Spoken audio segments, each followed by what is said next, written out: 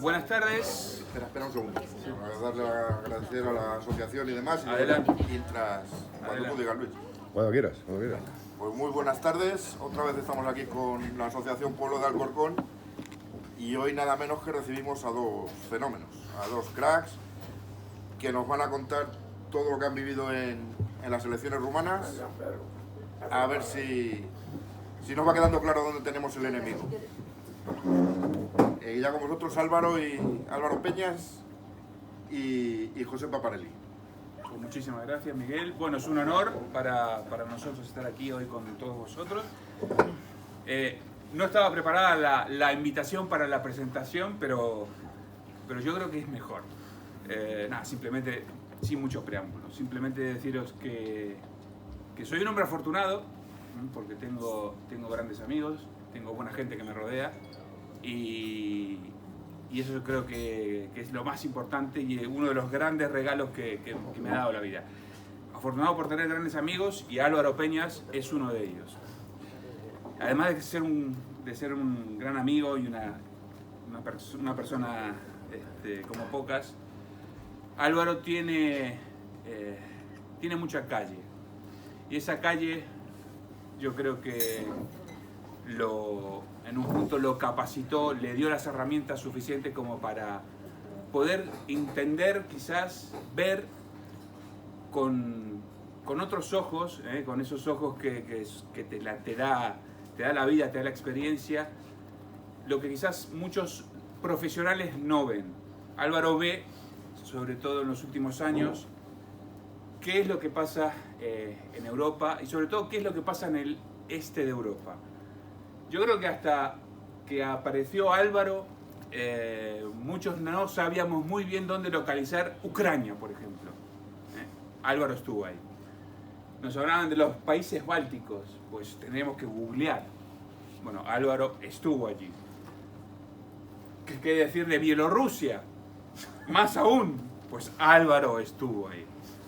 Entonces, yo creo que su profesionalidad y su pasión y su amor por interpretar la realidad, por ver la política desde, yo creo que desde lo que debería ser y que nunca debió de dejar de serlo, que es estar al servicio de la gente.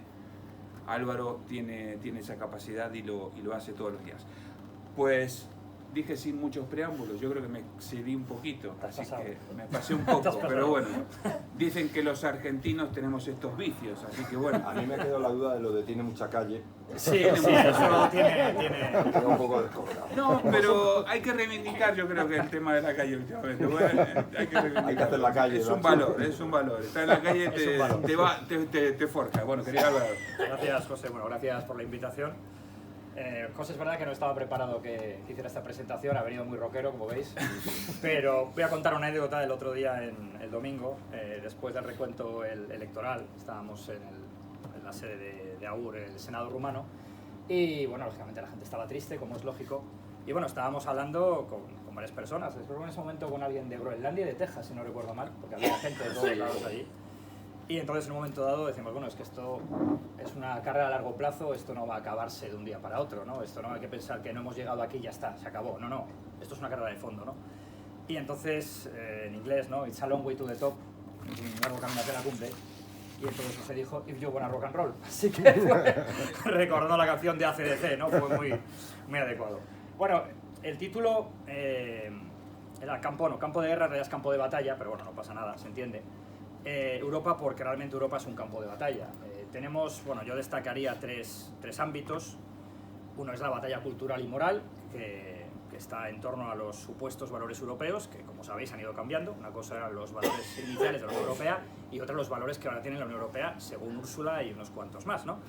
Lo habéis visto el otro día, ondeando una bandera de 800.000 colores, que no se sabía ni lo que es, ¿no? Vamos, ni un Lego tiene tanto color ni tantas formas. Una bandera fea de cojo. Aparte de eso. Hay una batalla política que acabamos de venir de Rumanía, la hemos visto, no solamente esa de Rumanía, se está dando en toda Europa, y hay una batalla militar, hay una guerra, que es la guerra que tenemos en Ucrania, es decir, que es verdad que Europa ahora mismo es un campo de batalla en muchos sentidos, ¿no? Voy a mencionar un poco estos tres campos, me gustaría, bueno, contaros algunas cosas. Luego creo que pues, sería interesante, además como estamos en familia, pues hacer algunas preguntas, creo que puede ser lo mejor, ¿no? Entonces tampoco voy a extenderme mucho, pero bueno, sí voy a mencionar estos tres campos. La batalla cultural, bueno, pues qué deciros, y moral. ¿Recordáis la campaña a favor del burka, por ejemplo, de la Unión Europea? Hicieron una campaña para promocionar el velo, perdón, no el burka, el velo. Bueno, ese es el siguiente paso. Pero bueno, será el siguiente paso. Veremos que al final el burka, hombre, pues no está tan mal. Te tapa las arrugas, yo qué sé, harán cualquier tipo de estupidez, ¿no? Como tanto les gusta a ellos.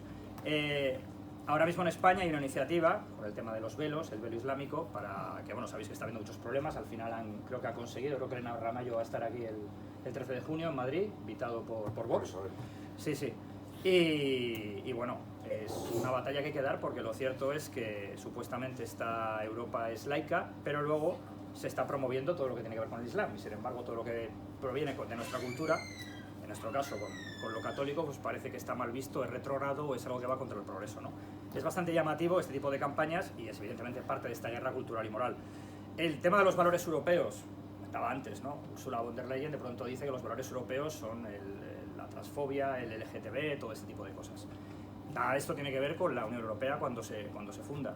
Es más, lo hablábamos antes respecto a la bandera europea, ¿no? Esa corona de la Virgen, y ahora pues, mucha gente ve, como decías tú, ves el trapo azul y te pones de los nervios, ¿no? Porque representa una cosa completamente distinta. El wokismo, bueno, pues está llevando a situaciones completamente demenciales. Ahora en Estados Unidos, gracias a Dios, parece que el wokismo se está yendo a la basura. Pero vamos, yo tengo algunos ejemplos que son demenciales para entender lo dañino que es esto para una sociedad y los efectos que pueden tener a largo plazo, ¿no? Por un lado, ya vemos un efecto en ciertas personas que se han creído todo ese tipo de discursos y que viven una auténtica paranoia mental, una auténtica esquizofrenia. Yo recuerdo una encuesta que se hacía en uno de estos días del orgullo gay, había un periodista preguntándole a un grupo de chicas lesbianas que qué preferían, que gobernara Vox o un califato islámico. Y te decían que el califato islámico. Que pues era peligroso. Sí, sí. O sea, es demencial. O sea, es demencial, ¿no? Esto es como cuando ves... Es como preguntarle a un pollo qué prefiere, ¿no? Y la elección es un Kentucky Fried Chicken. Sí, bueno, es algo parecido a eso, sí. Estaba lo de las manifestaciones por Palestina, ¿no? Que parecía... Cubris por Palestina, ¿no? Era gallinas por KFC. Ejemplos reales del efecto del wokismo, tengo un ejemplo bestial en el Reino Unido, siempre lo comento porque me parece que es demencial. La Fuerza Aérea Británica se quedó sin pilotos para los cazas porque habían aplicado una política de que querían tener una fuerza aérea diversa e inclusiva. ¿Qué pasa? Que iban muchos jóvenes británicos a alistarse y eran blancos, entonces les decían que no. Porque ellos querían tener pues, un porcentaje de hindúes, un porcentaje de mujeres de Pakistán, otras de no sé dónde, del Tíbet, o sea, algo demencial. Y se quedaron sin pilotos para los cazas. En caso de una guerra tendrían menos aviones, pero sí, una fuerza aérea inclusiva. Eso seguro que el enemigo lo valoraba muchísimo. Otro ejemplo, que esto lo vi yo, una conferencia en la que asistí online en Ucrania, es que es para que veamos un poco lo que es el problema mental de ciertas personas, ¿no? La falta totalmente de poder llegar a ver la realidad, que eso es tremendo. Una conferencia que me invitan para analizar pues, los veteranos de guerra, qué efectos tiene la guerra en la gente cuando ha combatido X meses en el frente. Además, un tema interesante. Bueno, pues lo daba un estadounidense. Ya cuando me meto online veo que tiene puesto el nombre y debajo pone los pronombres, he, him. Y digo, esto ya es, empezamos bien. Bueno, el hombre se pone a hablar y se pone a hablar de qué piensan los soldados que vuelven de enfrente del LGBT. Claro, bueno, ¿esto qué es? O el ejército es un buen lugar para que los trans tengan no sé qué. O sea, una serie de chorradas y de temas woke completamente alejados de la realidad. Claro, os podéis imaginar que la gente que estaba escuchando eso es gente que está viendo una guerra, que han perdido amigos, que han perdido familiares, que han perdido alguno de ellos un brazo, y oyen este tipo de cosas y dicen, bueno, ¿este señor es idiota o qué ocurre? ¿No? De hecho, uno de ellos le dijo que lo que estaba diciendo era estupideces, ¿no? Uno de los soldados que estaba allí, como es lógico. Si hubiera estado allí en Ucrania, seguramente lo hubieran mandado con un casco al frente para que se los hubiera explicado a los rusos, ¿no? Desactivar bombas. Otro ejemplo de los valores europeos que nos quieren vender, las fronteras abiertas, otro desastre. Lo vemos en España diariamente. Pero es que, claro, el problema es que cuando todo esto se impone desde arriba, ¿no? Yo hice una entrevista a Fabrice Leggeri, que ahora es eurodiputado de la Asamblea Nacional del partido de Le Pen y que fue el director de Frontex. En su momento ellos estaban pensando en armarles como un cuerpo de policía más, porque hacen lo mismo, es un cuerpo de aduanas, llevar uniformes y armarles. Y la respuesta de la comisaria europea dice, no necesitáis armas. si vuestro trabajo es dar la bienvenida a los inmigrantes.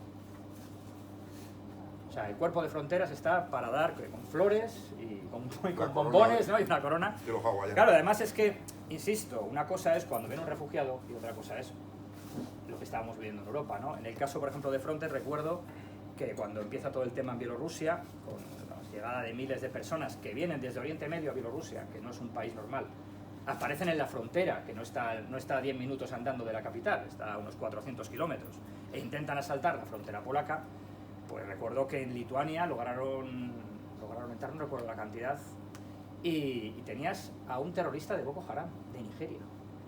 Que alguien me explique el viaje desde Nigeria a Bielorrusia y llegar a la frontera con Lituania y querer entrar a Europa. O sea, es demencial.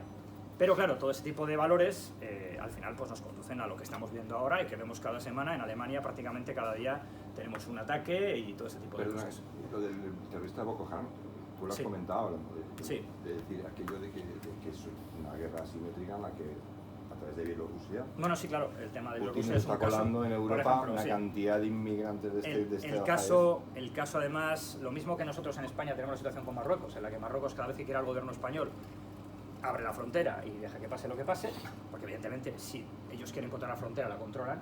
Si alguno conocéis Marruecos, es un estado prácticamente policial. Lo mismo en el caso de Bielorrusia, en este caso pues eso, se utilizó como un arma híbrida, ¿no? Guerra híbrida. Es decir, coges a esta gente, la llevas ahí, causas problemas en un país al que le quieres tocar las narices, en este caso Polonia, o a la Unión Europea en su conjunto. Porque luego esa gente en realidad llevaban a Polonia pero querían irse a Alemania. Alemania es donde más subsidios se cobran, entonces así es, ¿no? Pero bueno, el tema de la guerra cultural, la batalla cultural, es fundamental. Creo que eso lo estamos viendo ya hace unos años, que es un tema normal hablar de ello, y creo que lo vemos todos. ¿Por qué? Porque hay que sí. Por ejemplo, ahora que se habla de la defensa, ¿qué más me da que cambiemos la política de defensa? ¿Qué más me da que compremos armas si luego la gente no está dispuesta a defender a su país? O sea, es fundamental cambiar la mentalidad de la gente y hacerle entender pues, el mundo en el que está viviendo, ¿no? Que el arco iris, el mundo de Walt Disney, está muy bien en los dibujos animados, pero no existe. El mundo es otro y bueno, no hemos cambiado tanto, ¿no? en los últimos 2000 años. La batalla política. Bueno, vengo de Rumanía, ahora José y yo podemos comentar algunas cosas, pero bueno, sí me gustaría recalcar, por ejemplo, el caso de Hungría y de Polonia. Como Hungría y Polonia no han hecho lo que se debían hacer, pues lógicamente han sido castigados, en este caso, por la Unión Europea. En Hungría han llegado hasta el punto de prohibir a los estudiantes húngaros hacer Erasmus, que es un castigo a los jóvenes estudiantes húngaros que no tiene ningún sentido, pero es una forma de decir, bueno, como tu gobierno no me gusta, te castigo con esto. Lo cual es absurdo, pero para que veamos cómo funciona. En Polonia ha sido demencial el doble rasero que se ha aplicado al gobierno polaco anterior y al gobierno de Donald Tusk. Pero una cosa exagerada, el gobierno de Donald Tusk ha cerrado medios de comunicación, ha mandado a la policía a cerrar una televisión, a cerrar una radio, a meter en la cárcel a políticos, a gente que estaba con una amnistía del presidente, demencial. Ha habido gente que se ha tenido que exiliar de Polonia. Y no pasa absolutamente nada, al contrario, el dinero ha llegado, fondos y fondos y fondos y fondos y fondos, ¿no? O sea, hay un doble rasero, como dice por cierto Pedro Sánchez, lo dijo hablando del doble rasero, ¿no? Pero a su favor, claro, es lo que lo dijo. Pero bueno, es tremendo y también implica, o sea, enseña qué es lo que está ocurriendo con la UE, por qué la UE no funciona y por qué cada vez más gente desconfía de ella. En Alemania tenemos el caso de AfD, ahora le nombran un partido extremista. Claro, tienen 10 millones de votos, ya es un poco tarde para hacer esto.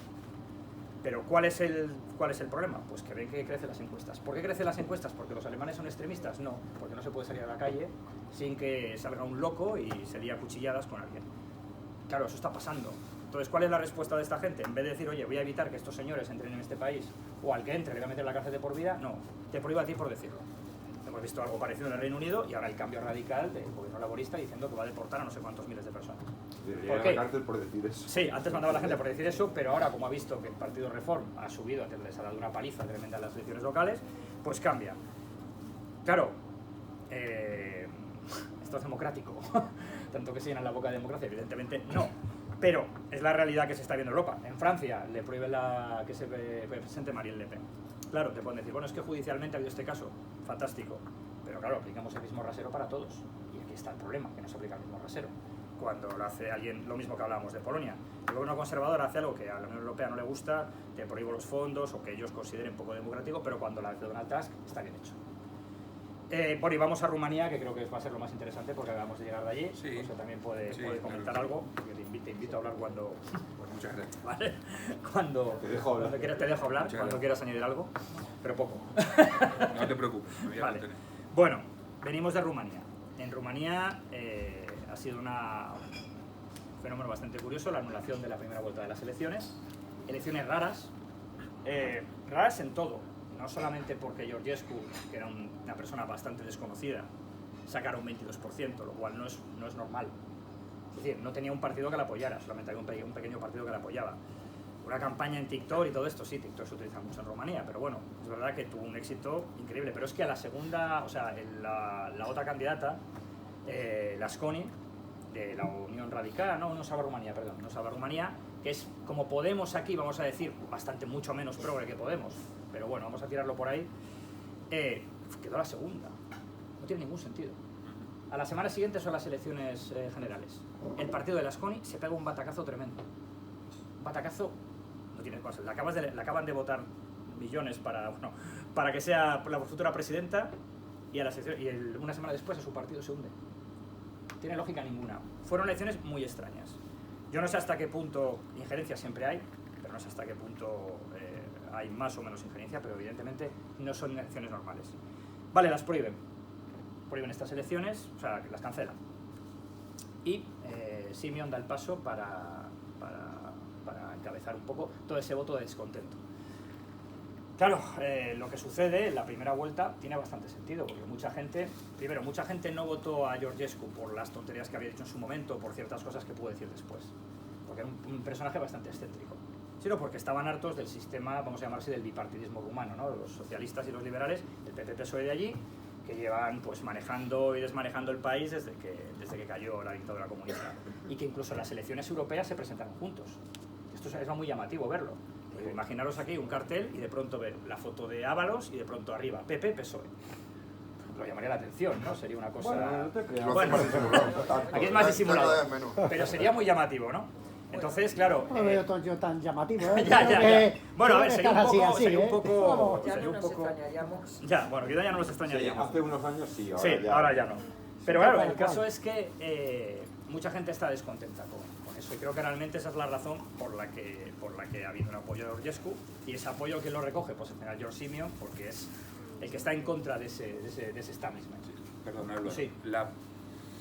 La propia aparición de un personaje como Georgescu es, yo creo, un poco sintomático de esa crisis que vive la democracia rumana, y no solo. Entonces, desde aquí yo creo que también nos servía como para tenerlo como una advertencia, ¿no? Entonces, es decir, no es muy habitual que aparezca un personaje como Georgescu y que gane también, que tenga ese apoyo masivo. Por otro lado, la aparición de Simeon, ¿no? Entre Simeon y Georgescu hay muchísimas diferencias. Sería Sí. bueno incluso también Sí, hay similitudes. explicar un poquito, ¿no?, las diferencias entre un personaje y el otro. Y en el caso de Simeon, que lo podríamos caracterizar como... tiene el perfil de George Simeon es el perfil de un político, algunos le podrían decir populista. Yo creo que la palabra populista aquí con Javier Venegas, eso también lo hemos hablado muchas veces. Por cierto, que lo hemos tenido aquí un poco olvidado, pero es un honor que esté Javier Venegas aquí con nosotros. El honor es mío, amigo. Pues con Venegas también lo hemos hablado muchas veces esto, ¿no? El tema del populismo, ¿no? El populismo, pues, en definitiva, una cosa es el populismo, otra cosa es la demagogia. El populismo es una forma de hacer política, y es una forma de hacer política con la gente, cercana con el pueblo, ¿no? Pero bueno, se entiende la connotación negativa de populismo. Pero bueno, en el caso de Simeon es un personaje totalmente popular, digamos, ¿no? Un exponente de lo que podría llegar a ser un rumano medio, ¿no? Entonces esa cercanía, esa forma de ser es la que en un momento lo lleva, como el de ahora, lo lleva al lugar en donde estuvo, que es disputar la presidencia de un país como Rumanía. Que Álvaro lo sabe bien. Álvaro es el primer periodista, vamos, no tengo ninguna duda de esto, habría que ir a buscar los archivos, pero el primer periodista español que publicó algo acerca del crecimiento, del nacimiento y el crecimiento de un partido como AUR en Rumanía, y todo esto en medio de la pandemia. Entonces estábamos quizás muy ocupados con otras cosas y demás, pero bueno, Álvaro fue el primero que publicó aquí y que dio a conocer la aparición de AUR, Alianza por la Unidad de los Rumanos. Sí. Entonces, ¿qué pasó luego de la cancelación de la primera Quiero hacer un vuelta? Inciso con lo que decías de Simeón. Sí. Porque yo le conocí hace cerca de 3 años atrás. Fui a una universidad de verano del partido AUR que hicieron en Timisoara y fui a explicarles porque me pidieron, oye, cuéntanos cosas que pasan en España porque hemos ido unas cosas y no nos las podemos creer. Entonces fui y les hablé, bueno, pues hablamos de la ley literal de violencia de género y hablamos de la ley de memoria histórica, ¿no? Estaban con los ojos como platos, totalmente alucinados, ¿no? Y bueno, el caso es que yo cuando conocí a Simeón quedé con él un domingo. Simeón vino, no sé si habéis visto alguna de las fotos antes del día de las elecciones, llevaba una sudadera de una marca polaca que se llama Retisbat, rojo es malo. Se entiende por qué, ¿no? Me conocí con una camiseta de Retisbat en la catedral de Timisoara y yo me di cuenta que la gente se paraba, incluso en la iglesia, a darle la mano. En aquel momento, ya digo, en un partido pues con un 10% Sí, fuimos a hablar, fuimos a la calle, fuimos a un bar a tomarnos un café y a hacer una entrevista. Y exactamente igual, incluso el dueño del bar pues se sentó un momento con nosotros, vino a saludarnos, lógicamente nos invitó. Yo noté que tenía un carisma importante y eso es cierto, es un líder bastante carismático. ¿Por qué? Porque es muy, por lo que él dice, es muy cercano. Muy cercano. No es un político al uso, no es el tipo que te mira desde arriba, no, es una cosa completamente diferente. Y bueno, finalmente Simeón es el que, bueno, si quieres tú sigue con lo de... No, sí, para que sigas tú también. Sí. Como para contextualizar un poco, ¿qué es AUR? Es un partido conservador patriótico, digamos, nada más alejado de esa estigmatización que sufre por los medios de comunicación, que lo llaman, no sé, extremistas de ultraderecha, etcétera, etcétera, ¿no? Entonces, y recordar que AUR es un partido democrático, que es un partido que forma parte de ECR, de Conservadores y Reformistas, el grupo político liderado por Giorgia Meloni, y que el propio Simeón es vicepresidente. Está totalmente alineado con el pensamiento, con las políticas de Occidente. No está haciendo un Rumanexit, ni mucho menos, ni quiere acabar con la OTAN, ni mucho menos tampoco, y sin embargo parece que los medios lo tildan de putinista, de anti-europeo, etcétera, etcétera. Era para contextualizar un poco, que también sirve como para marcar la diferencia entre Georgescu y él. Sí, hay diferencias. De hecho, con Georgescu él marca... Georgescu, la diferencia entre Simeón, yo creo, si me permitís, es Georgescu quiere acabar con la Unión Europea, es decir, con el concepto de Unión Europea desde los cimientos hasta arriba. En cambio, Simeón lo que quiere es una reforma de este. Sí, una reforma. Que es una diferencia abismal. Sí, el día y la noche. Pero claro... Y Álvaro, el partido que ha ganado, ¿dentro de qué espectro ideológico está? Porque a mí me llama mucho la atención que tanto Pedro Sánchez como Feijóo estaban posicionados contra Simeón, y los dos han felicitado al vencedor de las elecciones y se han alegrado muchísimo porque ha ganado. Entonces, porque ha salvado la democracia. Sí. Ese es el discurso que oímos cada vez más, ¿no? Está la democracia todos los días a punto de morir.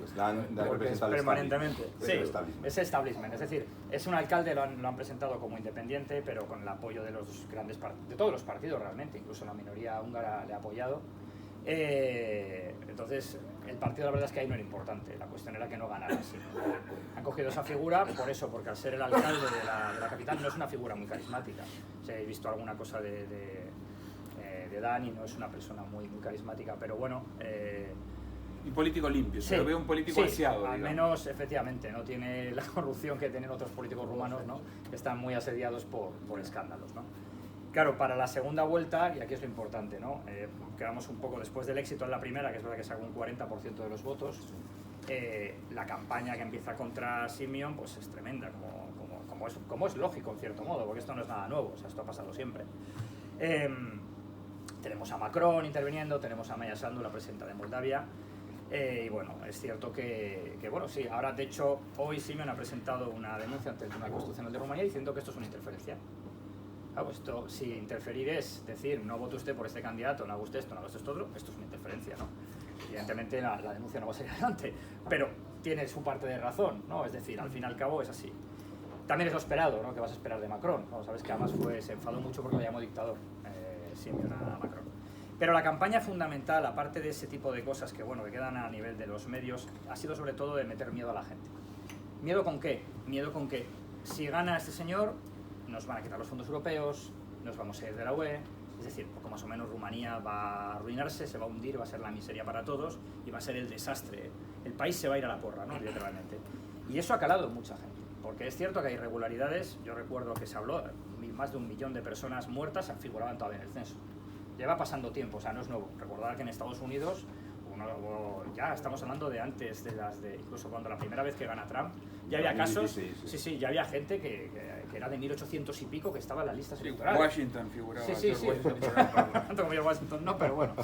Algo, es decir, que eso sí está ahí, pero no explica la diferencia en votos, no explica que hemos pasado de 7 millones en la primera vuelta a casi 9 millones y medio, si no recuerdo mal, en la segunda, ¿no? A mí me llama mucho la atención, te voy a preguntar, digo, la diferencia entre el porcentaje de la primera vuelta entre un candidato y el otro y el resultado de la diferencia en la segunda vuelta. A mí me parece, sobre todo en algunas localidades, que es la diferencia del 60%. Claro, es que en la primera vuelta este candidato no está apoyado, por ejemplo, por los socialdemócratas. Y se vuelcan, igual que por ejemplo la minoría húngara han votado como si hubiera un mañana, han votado una cantidad enorme de gente, mucho más de lo normal. La cuestión de Moldavia también. Luego la cuestión de Moldavia, porque muchos moldavos tienen doble nacionalidad, tienen pasaporte rumano y pueden votar, entonces eso también ha influido. En la diáspora, por ejemplo, es llamativo. Subió el número. Sí. En la diáspora subió el número de votos, pero aparte, en la zona occidental, prácticamente en todo Europa occidental, los rumanos han votado a favor de Simeón. En España, creo que el 70%. 79. Sí, y en Italia por ahí. Que es más informados, más votaban así. Sí, pero además es curioso. ¿Por qué? Pues porque están viviendo en Europa occidental y saben lo que es la Unión Europea. Claro, cuando en Rumanía, que es un país muy conservador, no hacen las cosas que hacen aquí. Entonces, Rumanía les vienes con, vamos a poner banderitas, vamos a hacer esto para los niños, vamos a dar ideología de género, y se lía la mundial, literalmente. ¿Por qué? Porque es una sociedad muy conservadora. Es decir, tú vas a la iglesia un domingo y están llenas. Pasa lo mismo en Polonia. En Polonia, por ejemplo, el gobierno de Tusk no se atreve con el tema del aborto. ¿Por qué? Porque sabe que la reacción de la sociedad polaca va a ser fuerte, y también de la iglesia. La iglesia romana no ha apoyado a UR, que otras veces sí lo ha apoyado, pero es cierto que tiene mucha importancia. Entonces, claro, el que vive aquí sabe lo que hay, ¿no? Me decía una amiga rumana que había llegado en una situación de donde ella vive, creo que vive en Alcalá de Henares, en un foro de rumanos, alguien había puesto que si ganara Simeón iban a prohibir que las chicas llevaran minifalda. Llegando ya, porque vemos a qué nivel se puede llegar, ¿no? con la paranoia, ¿no? Y se decía, bueno, es que hay gente que es literalmente idiota, ¿no? Pero aquí en Europa Occidental ha ganado Simeón. Y es por eso, porque saben lo que hay, saben lo que es. Allí no, allí la Unión Europea sigue siendo un sitio que te da dinero, que te fomenta, te hace construir carreteras, pero no han visto la agenda, no han visto la contrapartida, efectivamente. Entonces creo que realmente ese es el factor, ¿no? Allí cuando estuvimos en las elecciones, en principio ellos estaban bastante confiados, es cierto, incluso él se declara vencedor porque ellos habían hecho unas encuestas también, esas encuestas ellos salían ganadores. Por eso él lo dice, no, he ganado las elecciones. Y luego, claro, cuando empezamos a ver el recuento, vemos que la cosa es completamente diferente. Perdona, sí. Yo te voy a interrumpir porque sí, yo creo que adelante. discúlpame. Hay vídeos circulando por la red que se ven las sacas de bastantes centros de voto que supone que según la ley rumana tendrían que estar precintadas porque dentro van las actas y las papeletas para que luego se puede, no es como aquí, que se destruyen, sino que se conservan, por si acaso hay que volver a revisar y en el vídeo se veían las sacas sin precintar manejando a la gente y no llevaba ninguna identificación. Yo te digo que ellos tenían 40.000 voluntarios, aparte de, vamos a decir así, oficiales, más gente que había venido de observadores internacionales, sí. Incluso tenían a gente de incógnito. Es decir, incluso tenían también teléfonos, por ejemplo, pues oye, que mi abuelo que está muerto está aquí. Sí. O he visto que figura como que ha votado. Es decir, se habían cubierto un poco las espaldas de cara a eso. Y de hecho eso no lo han denunciado, ¿eh? Sí, no. O sea, no han Al principio visto... sí, al principio lo dijo. Sí, lo dijeron, pero bueno... Sí, sobre todo denunciaron presiones para que los abuelos de los hospitales fueran a votar, Sí, cosas porque de si no, estas de- los sí, iban sí. a dejar en la No, pero sí calle. me dijo y literalmente demás, que había sido fraude. Al principio sí, Y pero luego eso yo lo creo han... que se retractó, pero no porque no pensara que No, no no. era fraude. Yo- Creo que lo hizo por no Ya, parecer más radical. Yo, de todos modos, la sensación que había ahí no era esa. La diferencia era bastante grande en votos como para pensar eso. Álvaro, Entonces, cuando sí. hablamos de 1 millón de diferencia Sí, de votos, sí. a ver, una saca, 2 sacas, 4 colegios electorales no son 1 millón de votos. Es- Claro, una cosa es que me digas, ha habido 20.000 votos de diferencia. Bueno, pues hay que mirar hasta el último voto, claro. Pero cuando es 1 millón, no. Y en ese sentido, claro, también hay que tener en cuenta de dónde viene AUR. Lo que ha dicho José es cierto. Yo escribo sobre ellos en 2020. Partido que se monta en 2019, de pronto saca un 9% de los votos. En las zonas que más votos sacan en general, ¿no? Las zonas que más votos sacan son las zonas donde la Iglesia tiene más fuerza, y saca igual un 14. Y estamos hablando que han pasado 5 años, segunda fuerza política del país, y están disputando la presidencia. O sea, es espectacular, o sea, es una cosa increíble, claro. Si te vienes abajo después del fracaso, que yo creo que evidentemente no va a ser así, pero lo que tienes mucho recorrido por delante, más que nada porque tienes a un 45%, 46% ya, sí, ha sido un total, de la población que está harta del sistema político en el que está viviendo. Si tú logras capitalizar eso, vamos, tiene muchísimo... Bueno, va a ser el primer partido del país, eso estoy convencido. Y el Parlamento rumano ahora, porque con esta segunda vuelta, el Parlamento rumano ahora cómo queda conformado, es decir, ¿quién? No, esto no tiene que ver, esto es para la presidencia. No, las no, elecciones no, fueron, presidencia. las elecciones fueron durante la Entre primera dos vuelta candidatos, los- y la segunda fuerza política que fue AUR. Quedó como segunda fuerza política. Eso, o sea, en las presidenciales se la tendrán que hacer, o vendrán después las... Sí, no, aún queda. Han tenido todas las elecciones el año pasado, además era europeas, locales, todo. Sí. O sea, fue como, parecía una maratón. De hecho, una cosa que hicieron desde el poder fue hacer las locales y las europeas a la vez. ¿Por qué? Porque mucha gente no vota en las europeas. Al hacerlas conjuntas, el voto local, que lo tienen más aferrado, pues mejoraron muchísimo en voto. Aparte que se presentaron juntos, porque según las encuestas en las europeas AUR iba a ser el primer partido. Claro, no lo fue, porque PP, PSOE allí fueron juntos. Lógicamente al final ganaron, ¿no? O sea, hicieron una buena jugada. El caso, lo que decíamos, ¿no? Antes decía lo de es un largo camino hacia la cima. Ahora tiene muchísimo recorrido y luego, de hecho, esa misma noche Simeón sale y dice que, bueno, que va a haber más batallas por venir, que está terminado, pero que, bueno, que va a estar hombro con hombro en esas batallas, ¿no? Es decir, creo que les queda muchísimo recorrido por hacer y que la cosa... Y también en un artículo que habéis publicado, Sí. tú y Javier, Ayer. lo que ponéis al final, ¿no? Europa tiene que preguntarse por qué está pasando esto, ¿no? Que la gente está reaccionando porque hay un descontento enorme. Claro, no preguntarse si este señor es un radical o no, sino por qué la gente está Sí. votando de esta manera. Porque Sí. algo pasa, ¿no? Eso es. Es joven, ¿no? No tiene ni 40 años. 38 años. 38 años. Y lo que se confirma es que Indra no ha No, intervenido del recuento. no. Ahí no hay recuento, no. Pero bueno. Y tampoco han dado Ni a- electricidad a la red eléctrica española. Otra cosa que decía, y lo entró con lo último, ¿no? Que sería la guerra que tenemos en Ucrania, que es de importancia máxima para Europa. Hay mucha gente que se piensa que esto no nos afecta muchísimo. Vale, Bueno, claro, no, pero bueno, es una guerra porque está a las puertas. Es decir, cuando te dicen, bueno, una guerra en Corea, pues sí, afecta al mundo, pero evidentemente no nos va a afectar de la misma manera que una guerra europea, ¿no? Y además tiene mucho que ver con la campaña que se ha hecho contra Simeón, ¿no? Simeón, ¿cómo se la ha presentado? Soy anti-Europa. Cuando evidentemente estás de la mano de Giorgia Meloni, que ahora mismo creo que es la política más destacada de la política europea, que el otro día sienta a la bruja von der Leyen con J.D. Vance, lo sienta a la misma mesa. Es decir, que está haciendo de puente entre Estados Unidos y la Unión Europea, tiene un peso enorme y aparte ha pasado de ser un demonio a que ahora, bueno, vamos, prácticamente la pelota A mí me encanta en muchísimos esta mujer. medios. No lo sé, a mí también, me encanta. Si me permites Sí. puntualizar algo. Haciendo un poco de ucronía, ¿no? ¿Qué hubiera pasado si? ¿Qué hubiera pasado si en lugar de ganar Dan en las elecciones hubiera ganado Simeón? ¿Qué hubiera pasado?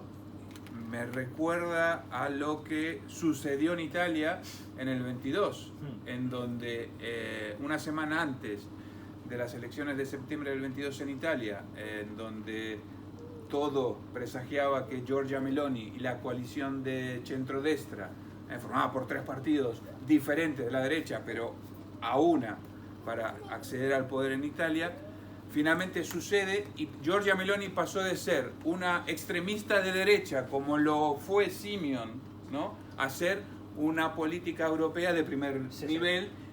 La primera ministra de Italia. Y la primera ministra de Italia, y en donde bueno, se le abren todas las puertas del establishment. Menos aquí la siguen llamando de extrema derecha. Sí, bueno, lamentablemente nuestra querida y bendita España es un poco... La prensa, Es diferente, pero España, la prensa bueno, está- sí, está me abuelo.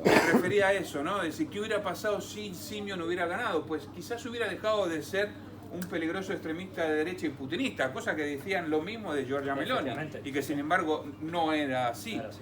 Entonces, ahí están las cartas sobre la mesa, ¿no? Y hay que ver a veces cómo termina jugándose. Pero bueno.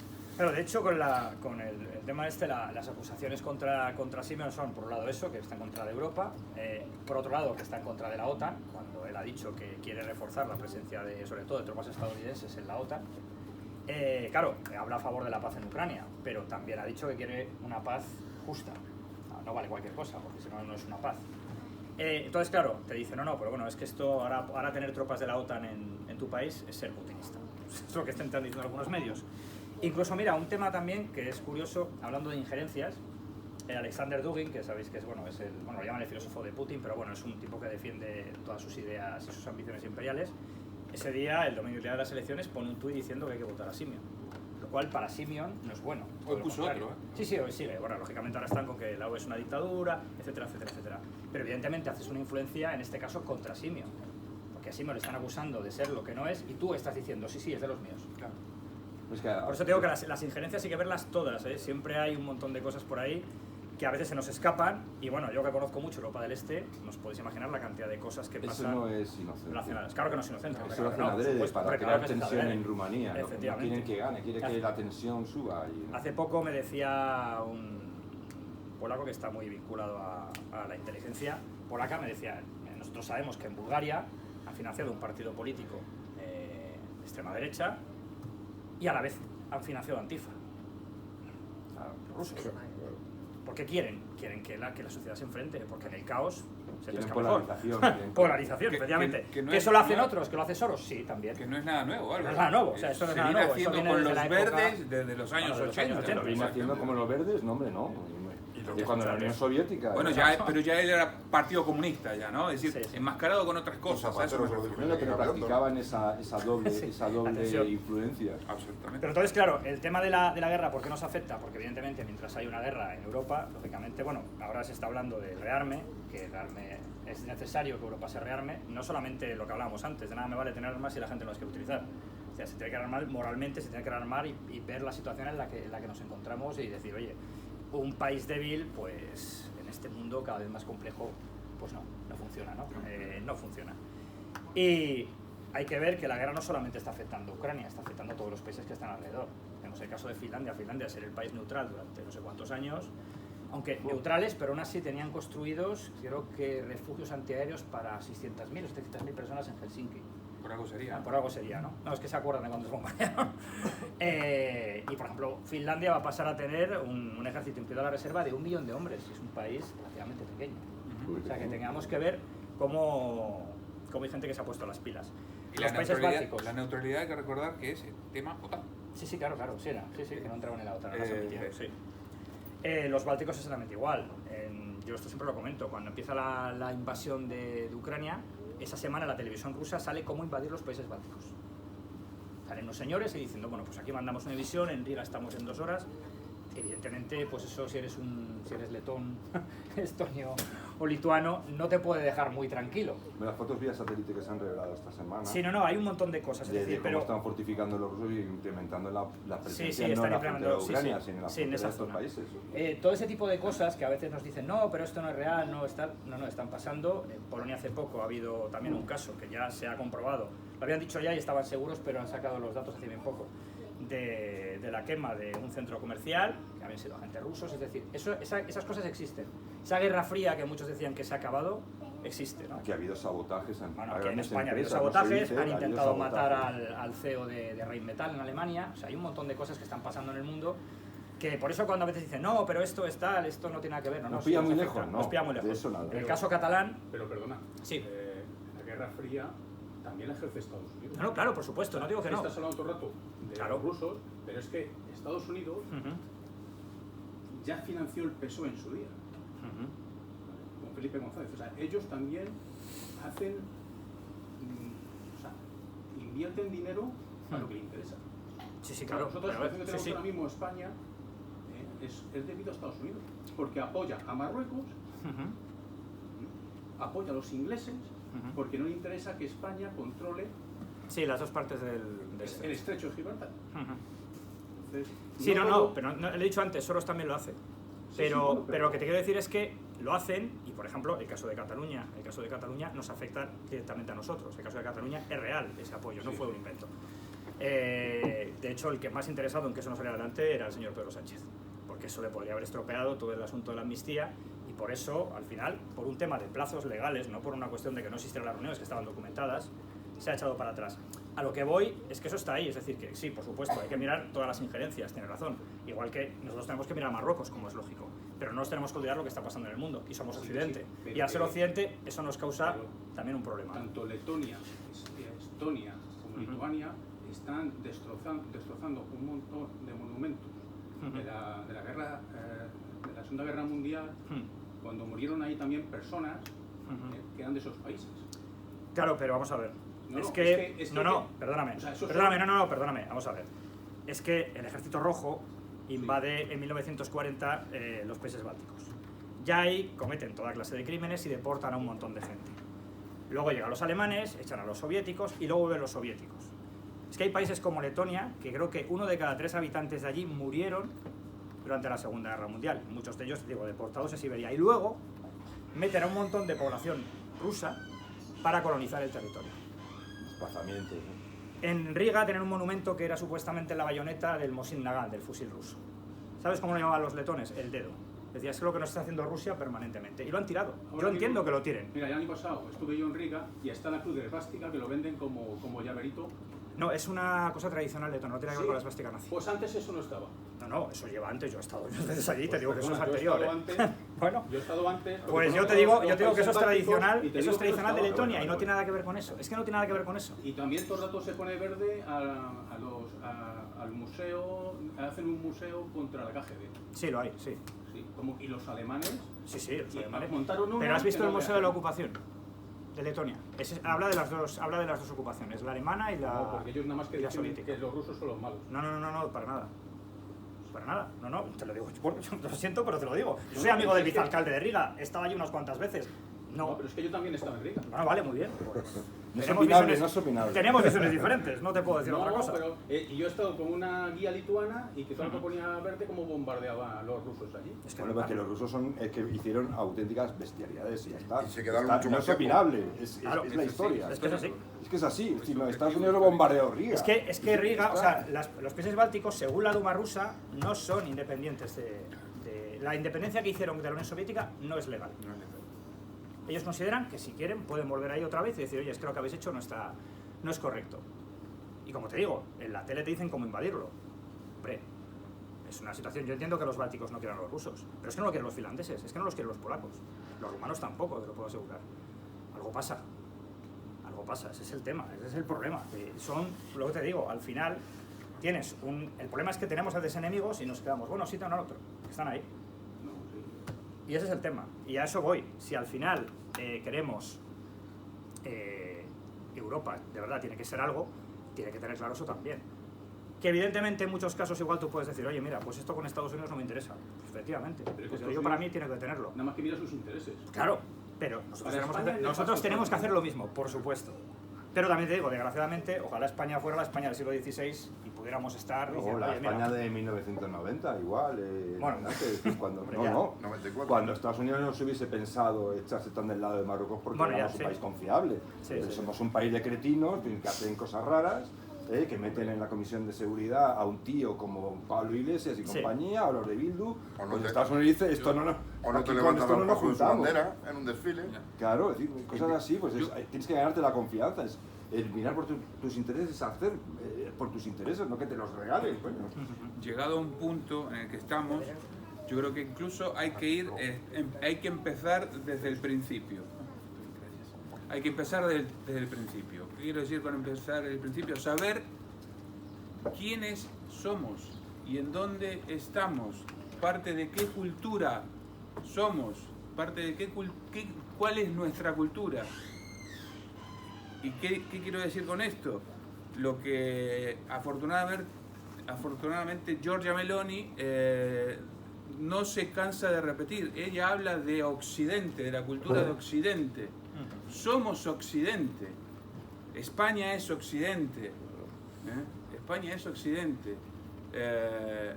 Entonces, si no sabemos nosotros qué somos y a qué cultura pertenecemos, pues nos encontramos con estos dilemas, ¿no? Entonces yo creo que lo importante es eso, empezar a repensar y a reivindicar realmente cuáles son nuestras raíces y cuáles son nuestros intereses, porque después nos quejamos, ¿no? Es decir, bueno, estos no tienen nada que ver con nuestra cultura y nosotros... Hay que empezar por casa, ¿no? Saber reconocernos como herederos de la tradición grecorromana, de la cultura cristiana, de la que forma parte Europa, y Europa es parte de Occidente. Como dijo Eliot, que es británico, la Europa que conocemos es en gran medida un invento español. Además, británico de Oxford. Además decir, de ya ser no un grecorromana, sino una tradición, digamos, hispánica. Y no solo eso, gracias a España, el mundo actual que conocemos es el que es. Es decir, la primera globalización es la de España. De hecho, España, con la batalla de Lepanto, paró el Imperio Otomano. Pero también con aliados. Sí. Y eso es lo que necesitamos, tener aliados. Pero lo que no se le puede es criticar a Trump por cumplir lo que ha prometido. Le han votado 70 millones de americanos, no para que defienda el aceite de oliva de Jaén. Claro, con Trump es el problema, ¿no? Que puede en ocasiones defender algo... Bueno, de hecho lo hablábamos... Y Giorgia Meloni 3/4 de lo mismo. Lo hablábamos en Rumanía, es decir, Trump a los conservadores canadienses les ha hundido. Menudo, gracias. Los conservadores canadienses se van a las elecciones, el partido de Trudeau estaba hundido. Claro, empieza Trump a decir chorradas de que va a ser el de 50... El Estado 51. El 51. 51. Va a ser el Estado 51, va a ser tal. ¿Y qué ha pasado? Pues que los conservadores se han hundido y ha ganado el sucesor de Trudeau. O sea, que se van a hartar a wokismo, digamos. No sé si será tan woke como Trudeau, porque Trudeau... No, Trudeau tenía... Bueno, con que sea la mitad ya van sobrados. Pero, claro, pero es verdad. O sea, por ejemplo, hay que tener cuidado también con ese tipo de cosas, ¿no? Por eso el tema con Trump, y hay cosas que dice que estoy de acuerdo, lo que ha hecho contra el wokismo es una maravillosa noticia. De hecho, nos decía hace poco en una conferencia, estaba uno de la Fundación Heritage y nos decía que las grandes compañías americanas, que en realidad les daban las gracias, porque estaban hartas de tener que estar con esas idioteces y gastarse tantísimo dinero en tonterías de estas de diversidad, inclusión, equidad, y que les habían dado las gracias por acabar con ello, como diciendo, oye, mira, nos ha venido bien acabar con esta historia. Pero en otras cosas, claro, Trump pues es Trump. Hace las cosas como las hace y a veces, por ejemplo, el tema de Canadá es un problema. A veces los grandes líderes y estadistas también se equivocan. No, claro, por supuesto. Entonces, cuando hay que aplaudir, estupendo, pero cuando se equivocan, yo no aplaudiría. Y a veces está pasando eso, que estamos aplaudiendo todo. Sí. Yo me pregunto si hay que aplaudir, por ejemplo, que le haya cambiado el nombre de Golfo de México por el Golfo de América. Sí. Es un nombre originalmente español, puesto por los españoles, y él lo cambia porque allí en Estados Unidos, en la cultura de Trump y de muchos norteamericanos, Golfo de América es Estados Unidos. América no es Nicaragua, El Salvador, América es ese Golfo originalmente. El Golfo de Nueva España no tiene nada que ver con el Golfo de México. Eso se ha creado después. El nombre original puede ser. Sí, pero el Golfo de México es desde hace más de 200 años. Antes de la efectivamente, antes de la independencia. Y México es el México hispano. Es que no es que al están hablando del se Golfo acaba de llamando México, México del por la México propia republicano. corona, es decir, ¿no? En el Golfo de México no pasa nada. Pero con la corona no existía México, perdona. Existía Nueva España. Ha recuperado, ¿no?, las estatuas de Cristóbal Colón también, ¿no? Sí, el día de Colón. El día de Colón, no. Sí, pero por la comunidad italiana, no por nosotros. A mí no pintamos nada, Sí. A mí Donald Trump me parece que no es un político. A mí me parece que es un empresario que se ha metido a político.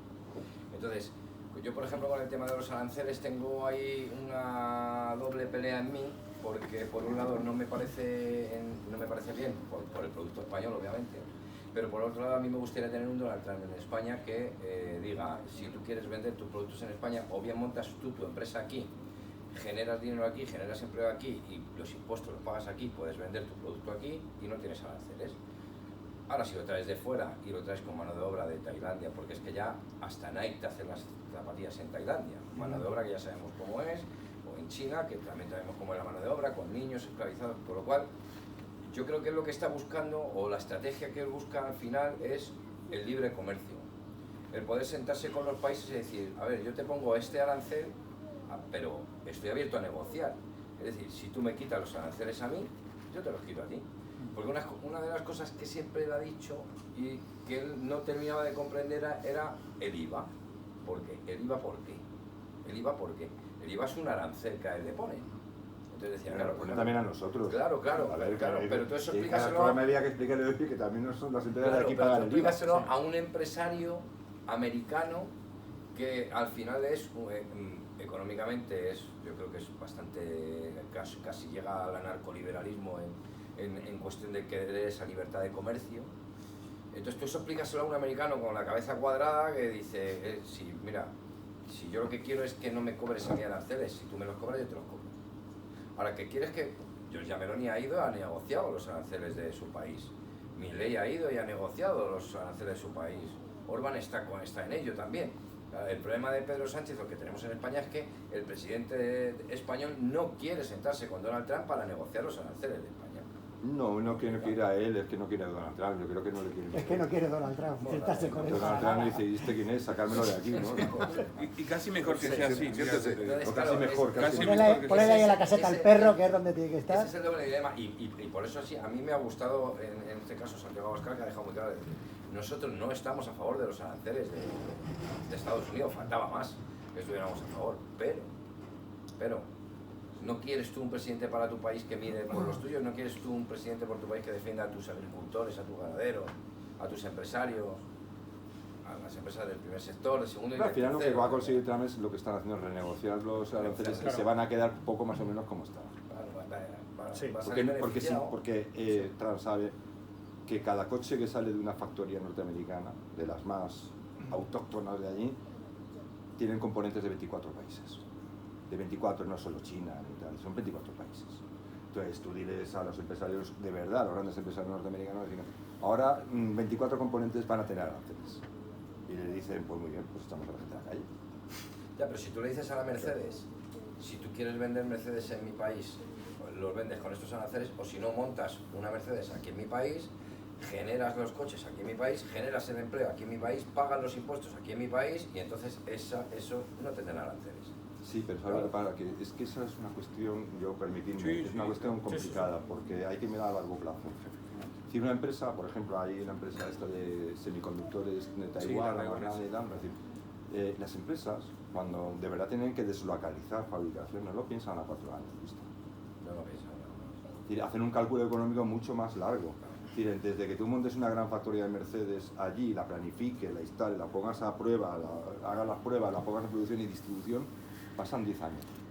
Entonces nadie van a contentarle poniendo algunas empresitas, fabricaciones de algún componente, pues para intentar pues decirle, bueno, no queremos ser tus enemigos, pero ninguna empresa prefieren dejar de vender durante ese tiempo, esperar 4 años a ver si esto cambia o sigue igual. Y es que es que en el mundo de la empresa, precisamente de los políticos no lo entienden, y parece mentira que Trump venga del mundo de la empresa y no lo llegue a entender. Y además recordar que le quedan 3 años y un poco más, en teoría. Claro, es que Entonces, ¿qué empresa se va a meter en un plan estratégico de esa Y escala? después, ¿qué pasa? ¿No? Pero bueno. Te vas a jugar 100.000 después millones de inversión. Después si viene y ponen el candidato al... que a mí me gusta más Vance que Trump, yo creo que los tiros van por el mismo lugar. Y veremos a ver si no cambian la Constitución para quitar ese tema de los 8 años, que también estaba ya Donald Trump por ahí tirando. Entonces se van a hacer un club con Xi Jinping que ha hecho lo mismo. Sí. Estamos jodidos. Y de paso, de paso con Maduro también. Con Sánchez que va apuntando maneras también. Bueno, Sánchez es... Estamos, vamos, nos falta un hervor. Sobre el tema Rusia-Ucrania, Sí. Bueno, Putin es un tipo que lleva muchísimos años, que sí creo que considera que la antigua URSS es lo que le pertenece a Rusia, pero quiere Vladimir Zelensky. Vladimir Zelensky es un tipo que parece un ángel caído del cielo, pero que hay de cierto en ciertas cosas que yo he leído. No se han celebrado elecciones hace muchísimo tiempo, hay legalizado partido de la oposición, ha cometido un semigenocidio ahí con prorrusos y demás. ¿Qué pasa ahí con...? A la Unión Europea se le tiene como la víctima de todo esto, pero él en su país está apretando o no. A ver, la víctima es Ucrania. No, por supuesto, a ver, partimos de eso. Cuando hay gente que me dice, no, es que Zelensky no se gana, me dicen que hay cosas que no me gustan. Pero claro, es como si me dicen, no, es que atacan España. Claro, es que el presidente de España es Pedro Sánchez. Si tuviéramos que medir un país por el presidente, pues para echarse a llorar entonces, porque nosotros lo tendríamos bastante crudo, ¿no? Entonces, la víctima de la guerra es el país, no es él en particular.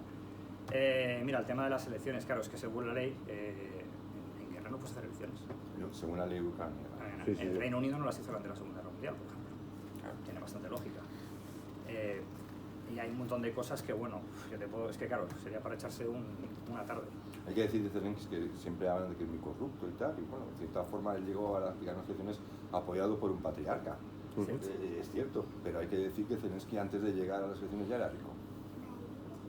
Tenía una fortuna. Una fortuna constructora, hablamos de decenas de millones de euros. Entonces, un hombre que entra en política no creo que sea para enriquecerse. Sánchez ya nos hubiese gustado que hubiese tenido mucho dinero antes de llegar. Seguramente no estaría llegando a Parda ni el hermanísimo estaría viviendo de gorra. Sí, y si la excusa y el motivo para invadir un país soberano y arrasarlo es la corrupción, pues la Argentina tendría que haber sido arruinada, destruida por 25 bombas nucleares. Invadido 40 veces. Invadido 48 veces y demás. Bueno, Rusia no tiró ninguna bomba nuclear hasta ahora. Si hubiera querido tirar bombas nucleares, ya las hubiera tirado, señor. Bueno, eso yo lo tengo muy claro. El único país que ha tirado bombas nucleares. No entendió mi ironía, pero bueno, no importa. No, es que yo lo que veo que todo el rato estamos diciendo que Rusia es malísima y yo, o sea, cualquier persona que haya leído un poquito, la revolución naranja, creo que se llamaba así, que se inició en Kiev, estaba defendida por la Unión Económica Europea. La primera que iba encabezando era la primera ministra de Lituania, porque querían desbancar un gobierno y otro. ¿Qué tiene que ver con el tema? No entiendo. Sí, pues tiene que ver que yo... La forma de llegar al poder de Zelensky. Democráticamente. Zelensky, que decís que era un millonario, era un actor que trabajaba en Rusia. No, tenía una productora. Era un empresario. Era un Emilio Aragón. Era un empresario con mucho dinero. Es decir, ganó mucho dinero haciendo una serie de televisión y estaba forrado y sigue estando forrado. Eso es verdad. Yo he escuchado otras acusaciones que no te digo que aquí, lo que dice Álvaro, el país es una cosa y el presidente es otra. Bueno, pero ningún Zelensky, político es una... Zelensky tiene una prensa en ciertos sectores malísima también. Y luego aparece como el hombre con la chaqueta ahí del decaldón, todo humilde ahí que va a hablar con Trump. Pero luego igual que Winston Churchill cuando fue a visitar a Estados Unidos para pedir ayuda, fue con un mono kaki y no iba vestido con el chaqué ni el frac, iba con un mono kaki porque estaban en guerra, es una cosa simbólica. Simbólica, no hay que tomarlo como algo, un desprecio, al revés. No, si yo a Putin lo considero peligroso hace muchísimo tiempo. Yo no creo que haya dos versiones, yo creo que existe la verdad y lo que no es verdad. No hay dos versiones, eso de la equidistancia, de que todos son malos y uno es más y otro un poquito menos esto, nadie es puro de corazón, nadie es limpio, nadie no ha pecado nunca. Pero Rusia mira por sus intereses. Pero Rusia mata sistemáticamente. Es una dictadura de Putin. Ucrania estaba matando sistemáticamente a los ciudadanos de Donetsk y de Lugansk. No, perdón, no es verdad. Está demostrado. Eso no está demostrado. Eso no está demostrado. Los datos no dicen eso. Que mataron a 100 y pico personas que querían hacer una votación. El tema de la casa de eso, sabes que antes de eso, esas personas mataron a cinco personas a tiros. Y que el fuego en la casa de los sindicatos en Odessa es por la cantidad de cócteles Molotov que tenían dentro. Mataron a 5 ucranianos, te estoy diciendo. 5 del lado ucraniano. Que los profesores que estaban ahí dentro, que iban a convocar las elecciones, se prendieron fuego y la gente se tiraba por la ventana. Colecciones con gente encapuchada y con armas.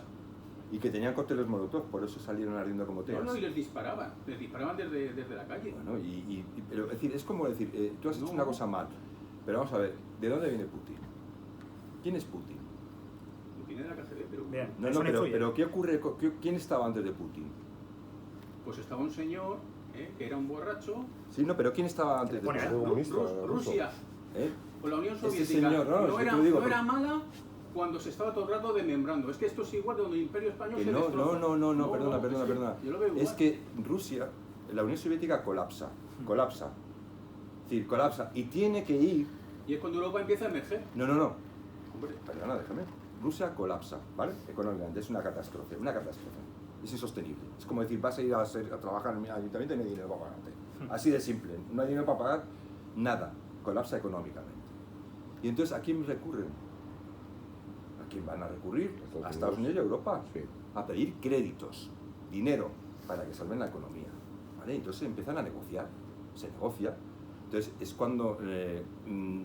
de hecho, hay un presidente norteamericano, creo que es George Bush padre, Sí. en que momento, llega un momento que el embajador soviético, el ruso, todavía soviético entonces, le viene a decir más o menos que viene a pedirle encima con exigencias. Y claro, le contesta el secretario de Estado norteamericano diciendo, mire, estás en la boca del lobo, no vengas aquí con exigencias. Es decir, si hubiese ocurrido al revés, y la Rusia se la rescata, económicamente se la rescata y se la pide, incluso se la convierte en un miembro especial de la OTAN. Eso no lo sabías, ¿verdad? Tenía un sitio... nunca dejó entrar a la OTAN. Pero ahí No, con no, Gorbachov, sí. Pero ahí con Gorbachov no hay unos pactos con Estados Unidos de no... No. No es más. Se llega a comentar en conversaciones informales. No se firmó nada. con la República, con Ucrania... no Pero hubo al pacto final, de- el pacto que está firmado con todas las cláusulas, en donde figura la firma creo que ya el ministro de Asuntos Exteriores, no me acuerdo el nombre, bueno, Cuando entra ya y Boris Gorbachev, es el pacto que está firmado, está además en National Security, es el original, y ahí vienen las firmas de todos y no viene nada de no tal, no reunificación de Alemania, no, ¿qué? Eso no está en ningún contrato firmado por Rusia. O sea, todo lo que diga Putin al respecto, si dice lo contrario, está mintiendo. Entonces, por eso digo que existe la verdad y existe la mentira. Entonces, que venga Putin con su papel, y no lo tiene. Él no tiene. ¿Tú tienes un papel como este, Putin? No, no lo tengo. Entonces, miente. Pero la historia de Putin no viene de ahora, es que Putin lleva haciendo cosas hace muchísimo tiempo. De los 90, los años Claro, 90. claro, y con Bielorrusia y al final está ahí regañado algunas veces por Angela Merkel en su día, por el que estuviese de turno en Estados Unidos, pero nunca se le ha acordonado por cierto respeto o miedo, no sé qué se le ha El día en tenido. que, es decir, o sea, el plan de invadir Ucrania es desde el día 1, el minuto 1 en el que Claro. este señor llega a ser presidente. Claro, pero ¿cuántos años llevan con Ucrania? Pero si llevan Eso es un desde el montón de minuto días. 1, igual que con otros lugares. Sí, sí, ¿Sabes sí. bien? Desde el minuto 1. ¿Y sabes por qué? ¿Y sabes por qué al final Ucrania cae en el abismo? Por un presidente norteamericano que se llamaba Obama, que traiciona a Ucrania en un pacto secreto con Putin a favor de que Putin medie en Irán para detener el enriquecimiento de uranio y que Irán llegue a poder fabricar la bomba atómica. Y ese es un quid pro quo.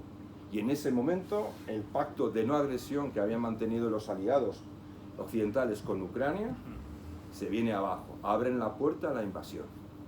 Entonces, es decir, ¿no hay buenos o malos? Bueno, evidentemente no, pero existe la verdad y existe lo que es intoxicación. Yo te puedo enseñar papeles, es decir, te puedo enseñar documentos, te puedo enseñar las referencias.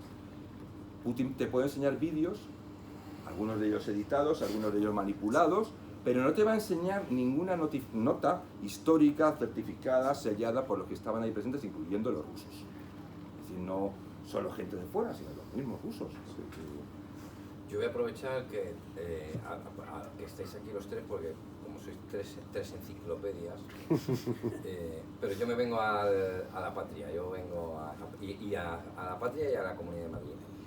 Antes de ayer, un exalcalde de Alcorcón, del Partido Popular, exalcalde del Partido Popular, me dijo que él tenía claro, estuve hablando con él, que él tenía claro que iba a votar a Santiago Abascal, y bueno, aquí en Alcorcón me vota por amistad directamente, ya, pero que él iba a votar a Santiago Abascal porque no se fiaba nada del Percebeiro en que se quedaran los 140 y tantos diputados y le ofreciera un pacto de Estado al Partido Socialista para que siempre se quedaran entre ellos el gobierno, aunque no llegaran a la mayoría absoluta, pero se dejaran gobernar. O sea, que pudiera gobernar siempre el partido más votado en un pacto entre el Partido Popular y el Partido Socialista. Siempre Esta es, entonces, a mí, cuando este alcalde o este exalcalde me lo dice, de hecho él está ahora trabajando en la Federación Madrileña de Municipios, para más datos, él me lo dice porque él en una conversación que escucha entre Miguel Ángel Rodríguez y el propio Feijóo en Génova, este planteamiento está encima de la mesa. La primera pregunta es, ¿vosotros creéis que es factible que Feijóo en una próxima elección, porque como yo no creo que el batacazo del Partido Socialista vaya a ser tal como pronostican, Miguel Ángel Rodríguez. Miguel Ángel Rodríguez, el jefe de gabinete actual de la señora Ayuso, sí, es más. Sí, sí. Efectivamente. ¿Creéis que se puede dar esto? ¿Se puede dar ese pacto de Estado entre el Partido Popular y el Partido Socialista para que se llegue a gobernar la lista de votar? Y el segundo. Y esta va para ti, Javi, porque yo creo que tú como yo, creo que conoces a Isabel Díaz Ayuso de hace muchos años. Muchísimo. Mucho, vale. ¿Qué piensas de la Isabel que hemos conocido en la juventud a la Juana de Arco que se ha convertido a día de hoy? O sea, ¿qué efecto es el efecto Ayuso? ¿Se va a acabar el efecto Ayuso? ¿Existe ese efecto Ayuso? ¿Quién es el efecto Ayuso? Es ella, básicamente es ella, o sea, que cualquiera que la conozca de entonces, ahora. Bueno, ahora es el único, digamos, distorsión que tiene es que se está inyectando cosas. Sí. Se está poniendo una cara de pez globo y tal. Y yo la conocí, era muy mona, prefiero una mujer mayor que tal cual es, a que se empiecen a hinchar, igual que me imagino que en mi caso. Y entonces, yo creo que es la misma, de siempre, es la misma, lo que pasa con más poder. Es decir, que puede hacer más cosas. Ya sabes que a Ayuso siempre la han tenido como una advenediza. Pues, o sea, que el Partido Popular es un partido muy, por decirlo así, muy clasista. No voy a decir elitista, es clasista, que es más cutre.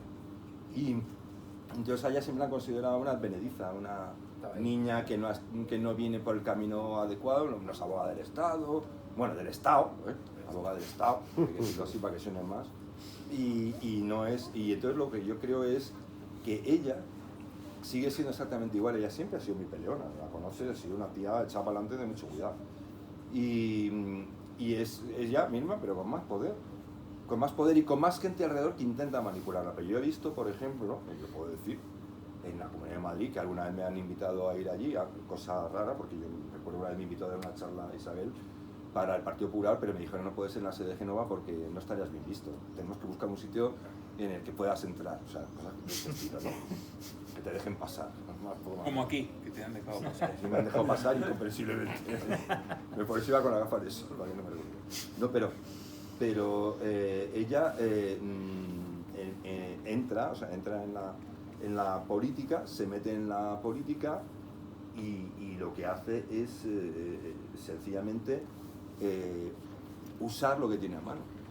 Que usa a ti, te invita a ti, es decir, Venegas tira para los conservadores, pues lo voy a llevar a una charla para el Partido Popular y que salga en las fotos. Usa de lo que sea, siempre ha sido así. Isabel, ese es el efecto Ayuso.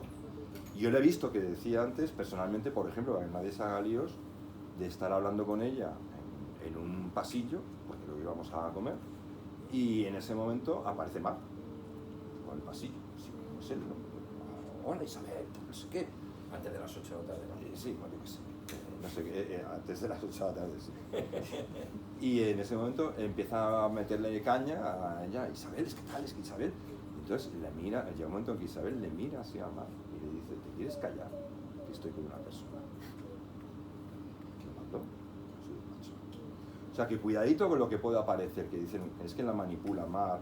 Mar quiere hacer creer como él inventó a Aznar, que tampoco es verdad. Aznar lo que le hizo es ayudar a dejar de ser un seta, porque era un seta. Había que llevar a los partidos de fútbol a acompañar para que entendiera un poco lo que era el calor humano. Y entonces lo que quiere Mar es que pensemos que ese milagro que él hizo ganando lo está repitiendo con Ayuso. Es una cuestión de ego. Pero Ayuso no es más. Hombre, hay un cambio en ella.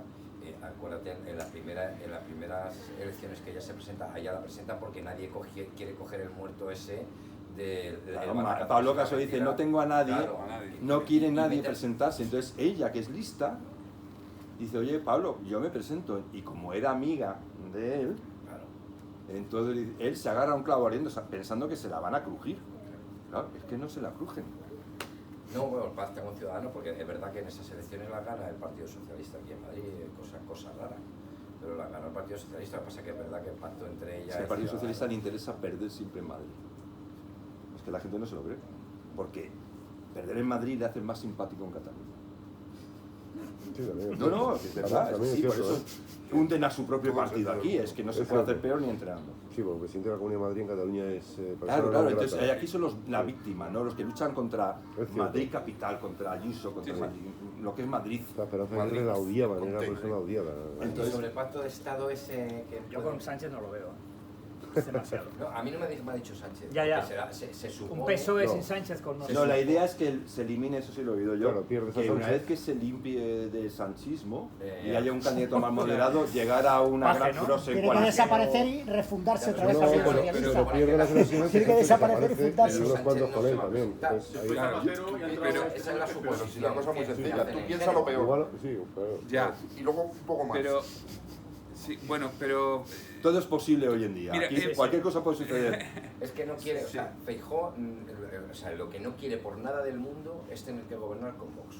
O sea, eso lo tiene además, como me dice Pablo, me dice, el Percebeiro lo tiene clarísimo. Sí. No quiere gobernar con Vox. pero si lo tiene que hacer, aunque no le guste, yo creo que lo haría. Uy, cuando está el poder ahí a Porque tiro de además, piedra. efectivamente, además, aunque intenten decirlo o no decirlo con vergüenza, ya lo han hecho. Es que ya lo han hecho. Con lo que preguntabas Eso allí tú, donde, Pedro, donde han podido, lo han hecho. Claro, Ahora es que lo han significa hecho. la ruptura. efectivamente, todo es posible en la dimensión desconocida, como decía la serie La Dimensión Desconocida, ¿no? Podría pasar. Yo creo que no, no se daría, me puedo equivocar. Además, Feijóo ya le ha tendido cuántos puentes a PSOE. Y sin embargo los ningunean y los humillan una y otra vez. La gran coalición alemana aquí en España, yo no la veo. Yo tampoco. Mira, yo soy de la opinión, soy muy prudente. Yo creo que ahora mismo cualquier cosa es posible. No, sinceramente, la política, cuando hay poder y dinero por medio, cualquier cosa es posible. No se puede descartar absolutamente nada, lo estamos viendo. Había mucha gente que ahora hablo y veo, cuando decían lo de la amnistía, que el proyecto de la amnistía y tal, y mucha gente muy docta y muy preparada me decía que sí, que estaba eso ahí, pero que eso jamás podría salir adelante. Sí, además es pensar, el PP sigue pensando en la existencia de un PSOE bueno. Sí. Y Sí, eso, el viejo eje. y eso no, Es que no existe. el PP de hoy en día es un partido socialdemócrata. Entonces, no es claro. un partido de derecha ni conservador, ni siquiera liberal. Sí, yo no me atrevería a calificarlo porque ya no sé, yo creo que no. Partido de Sí, poder, sí, un partido de... No lo saben ni ellos. Lo que son. Pero siguen teniendo esa fantasía de poder jugar democráticamente con un partido socialista, socialdemócrata que no existe. A mí me gustaría preguntarle a Álvaro, y ese me interesa bastante, desde los políticos de Europa del Este, bueno, de Centro Europa para allá, para el Este, que tú has hablado, ¿qué percepción tienen ellos del Partido Popular Español? No de España, no de España. Vale, mejor. No, de España, como se metan No, con España, ya no alucina son con amigos España, míos, porque alucina otra cosa que con se metan con España. mi gobierno, pero o sea, Cuando pero les no. cuentas lo que pasa aquí, no sé lo que... Estaba lo del apagón estos días contándolo en Rumanía y decía... ¿Qué percepción tienen? Pero me interesa mucho qué percepción tienen ellos de lo que es el Partido Popular Español, si es que tiene alguna percepción. No tienen demasiada idea, ¿eh? ¿Saben lo que se cocina el Partido Popular aquí? No, hay gente que conoce a Ayuso, eso sí. Sí, Ayuso sí la conocen. O sea, el nombre ha llegado. Sí. Sí, porque es una buena campaña Claro. de prensa. Pero tú les hablas de Feijóo y te van a mirar como diciendo, ese señor quién es, o a alguno le puede sonar un poco. Es decir, no pero- saben que el Partido Popular de repente en un momento dado es capaz de votar a favor de la ley de la violencia de género, esa en la que puede meter a la cárcel a que... No, pero bueno, hay partidos, depende del Partido Popular y del país, es que volvemos a lo de siempre. Claro, ¿no? acuérdate, No es lo mismo Pero no tienen conciencia de que la derecha aquí en España prácticamente es inexistente, pero eso es lo que yo quiero saber. Ya. No, realmente no. Realmente no. Pues es Bueno, preocupante. pero en el caso de los italianos, ¿te acuerdas? Sí. Que tenían una visión bastante acertada de lo que pasaba en la derecha española. ¿Te acuerdas, no? Ujú. Que más o menos hacían un análisis que es un poco el análisis que por lo menos yo vengo diciendo, bueno, análisis no, es mi intencionalidad en cuanto a lo político para con España, es decir, cosa que hoy es imposible, pero bueno, esa derecha con distintas matrices, no unificadas, sino trabajando juntos para acceder al poder. Eso en Italia lo tienen claro. Entonces ellos no lo entendían. ¿Cómo puede ser que el PP y el Vox no se entiendan? Porque aquí nosotros gobernamos con la Lega de Salvini y con Forza Italia. Bueno, pero también es que eso a Italia le costó un parto de la burra, ¿eh? Por eso. Hace 10 años le preguntaba por eso y Italia No, estaba como... en el caso de Italia es un proceso que ya tiene 30 años. Por eso digo, pero que ha apareció, sido... Claro, Javier 30 ha años. dado en la clave. Es que el problema del Partido Popular es que no es un partido ni de derecha, ni conservador, No, ni liberal, es un partido Yo también lo he dicho, que sí. socialdemócrata. Un partido de poder. De hecho, No, ni siquiera. Es una máquina de poder y ya está. De colocar. De hecho, a muchos del PP, o sea, yo como soy un poco toca pelotas, yo a muchos del PP, cuando vamos a algún tipo de misa por cualquier cosa, digo, oye, ¿qué se siente viniendo a misa y luego votando y pactando y estando en un partido que subvenciona, fomenta y apoya el aborto? Digo, porque es que es algo que me lo tenéis que explicar algún día. Algún día me lo tenéis que...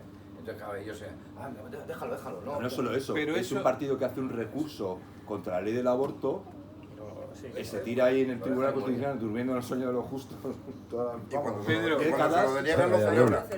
Y cuando se lo tiran abajo el recurso del propio partido va y Feijóo lo celebra. Eso es normal. Sí. Bueno, pero eso es política, ¿eh? Y Pedro, y la gente de Vox creo que lo debería saber. En Patriots están con Marine Le Pen. Marine Le Pen es abortista, ¿eh? Sí, claro. Sí. Una pregunta. Bueno, yo quería hacer una... Y a mí me gustaría haceros una pregunta que yo creo que es que ya con lo que, si me permites ahora, No, porque... pero quiero preguntarle a Álvaro y es muy importante. Tú que has viajado tanto y has estado en ese lugar y has estado en nuestros países y has cogido el pulso de la frontera, ¿no? Has estado cogiendo un poco el espíritu de frontera que se vive allí. ¿Tú crees que realmente va a haber una guerra más extensa? Podría. Yo es que no descarto absolutamente nada. Esto del... Claro que puede pasar. Claro que puede pasar. ¿Por qué no? O sea, ¿tú crees que podría, No, podría realmente ser perfectamente. cierto que la Además guerra... que estamos viendo que el mundo está todo, claro, vivimos en el caos, ¿no? Vivimos un poco en el caos, es decir, que no sería, yo no descarto absolutamente nada. Hace tiempo decías tú, es imposible que pase esto. Cualquier cosa es posible. Es posible, no es de luego nada a descartar y de hecho yo creo que digo, países que son serios, el caso que hablo de Finlandia, se están preparando para eso. Y no es por alarmismo, no es por tal, no es una cuestión. Incluso ahí es casi una cuestión, votaron por ejemplo una ley durísima para el tema de la entrada con el tema de la gente que estaba en el mundo de Rusia, también que venían sirios y de no sé dónde, y creo que solamente votaron en contra unos pocos diputados de la extrema izquierda, pero los socialistas votaron a favor. En Polonia prácticamente igual, votaron una ley, o sea que les permite disparar incluso a los agentes de frontera. La primera vez que mataron a un chaval de 21 años, un guardia de frontera, lo mataron a puñaladas. ¿En Polonia? En Polonia, sí. Entonces, cuando es como se aquello, cuando la palabra de tu vecino veas cortar, ¿no? Las tías a remojar. A nosotros nos van a remojar. Aquí el problema es que en España estamos a otras cosas. Es el problema. Aquí, claro, volvemos a lo mismo, con el tema de defensa. Claro, Sánchez quiere colar 80.000 cosas que no tienen nada que ver con la defensa para ese presupuesto que tiene que aumentar. Claro. Pero porque está buscando, evidentemente, claro, vamos a lo mismo, o sea, es alguien que te Él decía no que el tiene Ministerio de problema. Defensa no tenía Yo que creo que existir. lo hace porque no quieren que gastarlo en defensa, porque está viendo cómo montar la estructura en el INI, el nuevo INI, que es para robar. Y como no están preparados todavía, dice, va, espera, todavía no gastéis. Cuando tengamos a todos los tíos colocados en una nueva industria armamentística que nos vamos a llevar, Sí, entonces pues, igual no yo tendría creo que ningún es así. problema. No, Ahora, ya. Algo que tú sabes, es decir, cuando dices que la guerra de Ucrania y Rusia están muy lejos y tal, Rusia está montando una base en Siria, luego en Siria, en Argelia. En Argelia, sí. Una gran base militar en Argelia que está, podría lanzar un cohetes o misiles a 300 kilómetros de Alicante, por ejemplo, ¿no? Es decir, con la gorra, es decir, que no estamos tan... Es decir, que es una envolvente, que no es simplemente una guerra fronteriza, que no hay que tener solo la visión de la guerra de frontera. Y Marruecos sino... está súper armado. Sí. Y nos preocupa, a mí me preocupa más Marruecos. ¿Le está armando Estados Unidos?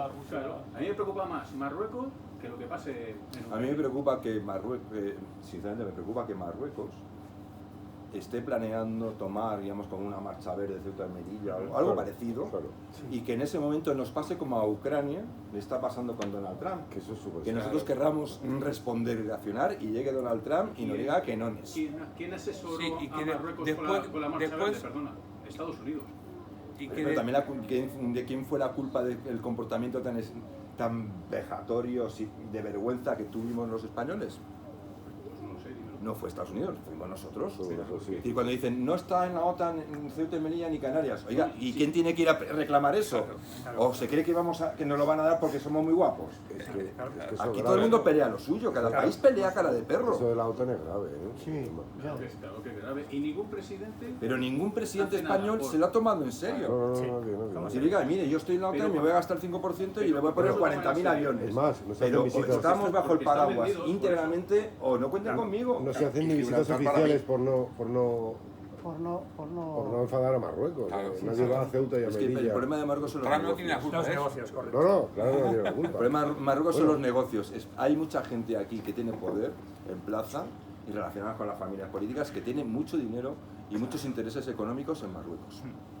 Es decir, sigue el rastro del dinero. Siempre cuando algo no lo Solo comprendas vemos, tú y dices, bueno, vamos a ver, cambia el chip, piensa en la pasta. Eso es ¿Ves? las familias políticas, lo que acabas de decir. Sí, sí, ve que aquí España está controlada por 10 o 12 familias. Sí. No, usted más. Ahí le has dado en el clavo absoluto. Bueno. Perdón, yo quería hacer una pregunta antes, a ver qué opinión tenéis vosotros. En la última manifestación que ha habido contra el gobierno actual, que ha sido hace 2 semanas, me llamó la atención de que ha sido la única en la que no he visto banderas de la Comunidad Económica Europea. Porque el PP sabe que le perjudica. No, pero es que antes en todas las manifestaciones Sí, he visto sí. y bastantes.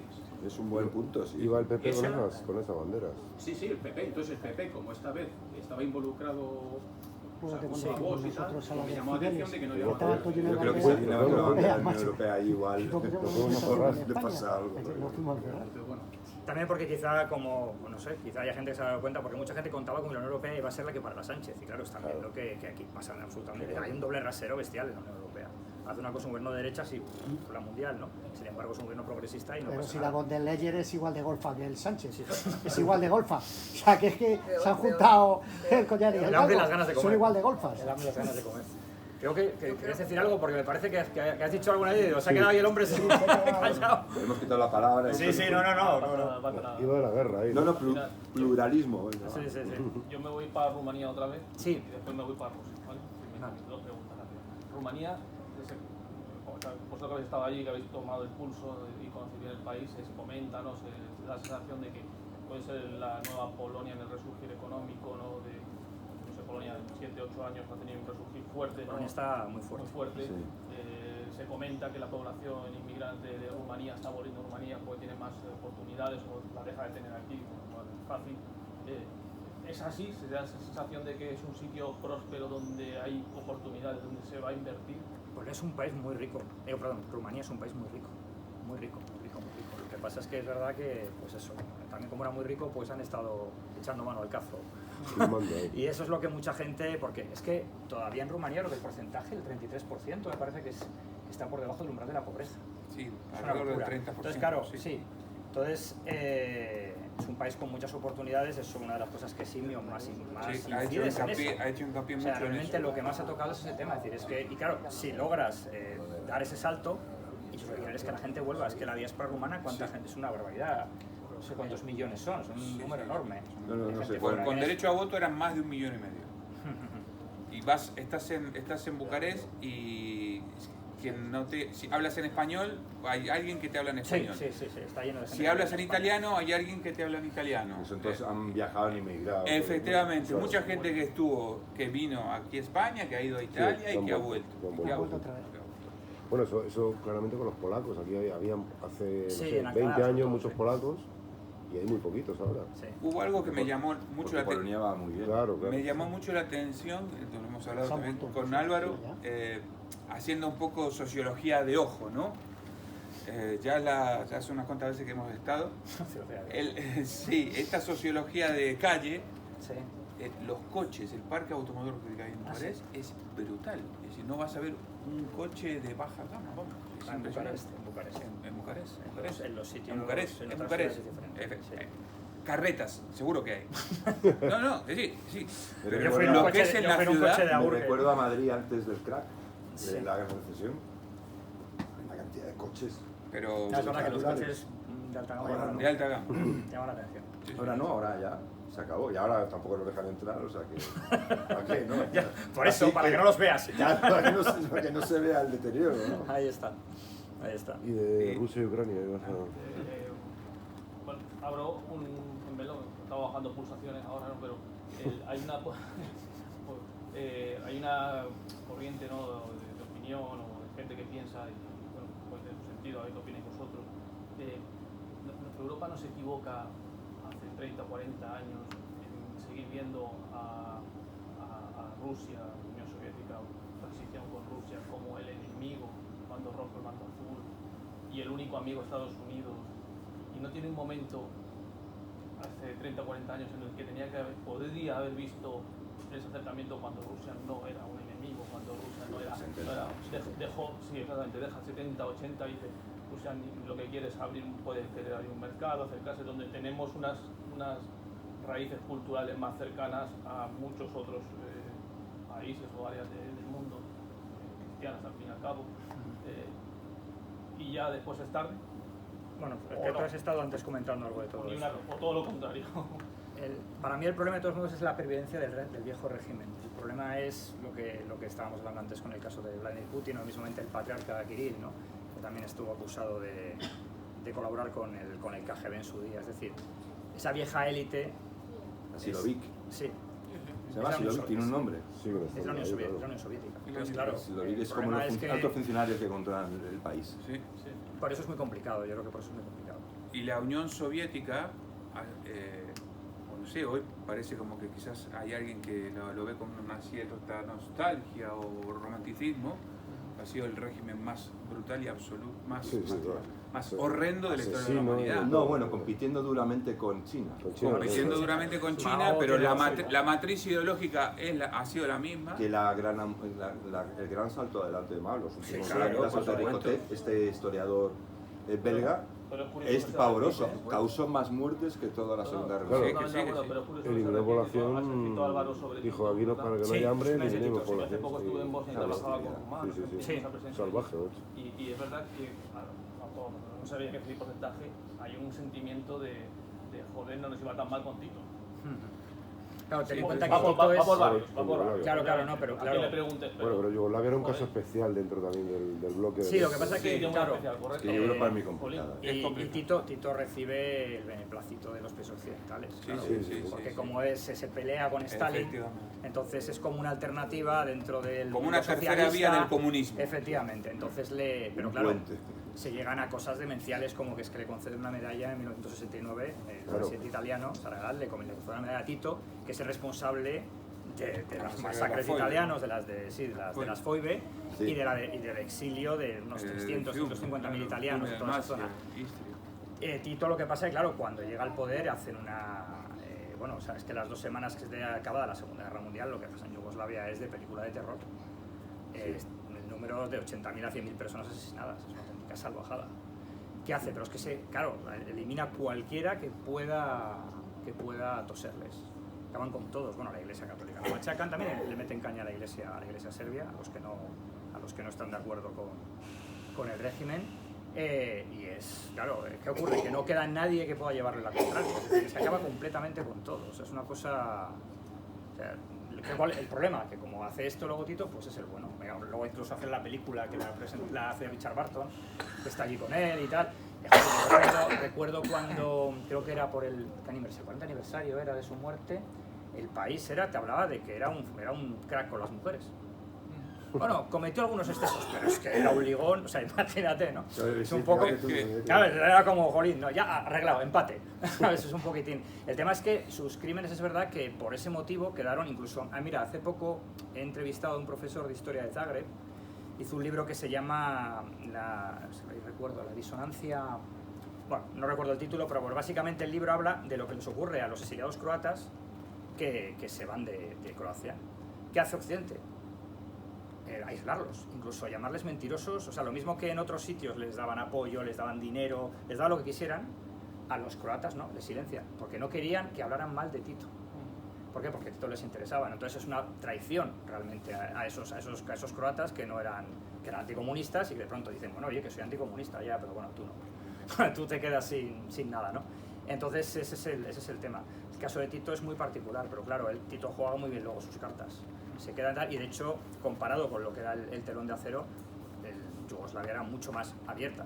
Mucho más abierta. Sí, claro, más adelante cuando se siente seguro y aquello se estabiliza, pues claro, sí. Y bueno, lo que pasa es que luego ya sabemos lo que acaba. Mira cómo acaba. Lo que acaba en la Segunda Guerra Mundial. De hecho, mira, hay un detalle cuando están en Uda Jama, que es el peor crimen, el más sonado, la cueva de los horrores, ¿no? Cuando están excavando, les contaban que tardaron casi 6 meses porque habían no sé cuántos metros, eran como 100 metros de hormigón, de todo, bueno, ahí para llegar hasta el pozo de Santa Bárbara, que era donde había unos 3.000 cadáveres, una cosa bestial. Ah, sí, sí. Que muchos estaban momificados porque se habían quedado tal. Entonces, que hubo uno que gastó una broma, ¿no? Se escondió dentro, empezó a decir no sé qué, uno de los trabajadores, y todo, la gente salió en pánico. Y es que se seguían contando historias de los espíritus de los muertos que querían vengarse, ¿no? Entonces, cuando oyeron esas voces ahí, dijeron, hostias, esto es verdad, ¿no? Son los muertos que vienen a por nosotros. La mosca de todo, ¿no? Sí. Y tardaron un montón de tiempo y ya te digo, bueno, la Segunda Guerra Mundial en Yugoslavia fue salvaje, según te digo, por todos los bandos, ¿eh? O sea, Sí, incluso los alemanes decían que los ustachakroatas eran peores, eran unos bestias, ¿no? Fue una guerra muy bestia. Pero que te digo, acabó con un epílogo también de sangre terrorífico, ¿no? Lo que pasa que, bueno, al final, pues eso, es la política. Muchas veces vemos ese tipo de cosas, ¿no? Que pasa y luego, pues, como dices, ¿no? Bueno, pues este tema, corremos un tupido velo y ala, ¿no? Ahora no nos conviene mover esto, ¿no? Sí, y ahora eso. Este chico está siendo un buen chico. Sí, este chico es bueno, así que... Pero es verdad, que es tremendo. Pero esto, ¿no creéis que el tema Rusia-Ucrania va a acabar un poco con la entrada de Trump así? En plan, mira, ¿qué es lo que le ha dicho a Zelensky? Mira, es que estás perdiendo y te tienes que joder directamente. Entonces, firmemos esto cuanto antes, te quedas con lo que tienes y yo tengo controlado a Putin. ¿Qué es lo que yo creo que va a ofrecer Trump? Que Trump ya está un poco agotado, ya ha dicho, esto ya es, si no nos ponemos de acuerdo, esto es un problema de Europa. Sí. Que Trump no llega a entender una cuestión fundamental. Trump, como he dicho antes, es un hombre de negocios. Ni siquiera es un hombre de negocios, es un broker. Sí. Porque no es un Amancio Ortega, no es un tío que crea empresa, es un especulador. Sí. Es un tío, el lobo de Wall Street, vamos. El lobo de Wall Street. Sí, es esa mentalidad. Entonces, no entiendo que la mentalidad. Gracias. Me he quedado con preguntarte qué opinabas de Nord Stream. Bueno, sí, lo volaron. ¿Pero quién? Eso ¿Quién está claro. Los yo rusos, creo que, ¿no? yo creo que los ucranianos. Sí, pero con apoyo. Sí. Con apoyo. Ay, madre mía. Bueno, era nuestro prorruso aquí en el grupo. Hay que no se querrán ir a dormir o... ¿Eh? Que no se querrán ir a dormir. Sí, vamos a ir terminando ya. Bueno. Voy a seguir hablando, Pues lo damos por... Bueno, a Pedro le gusta la... Muchísimas gracias. Muchísimas gracias a Álvaro Peña. Muchísimas gracias a Javier Venegas.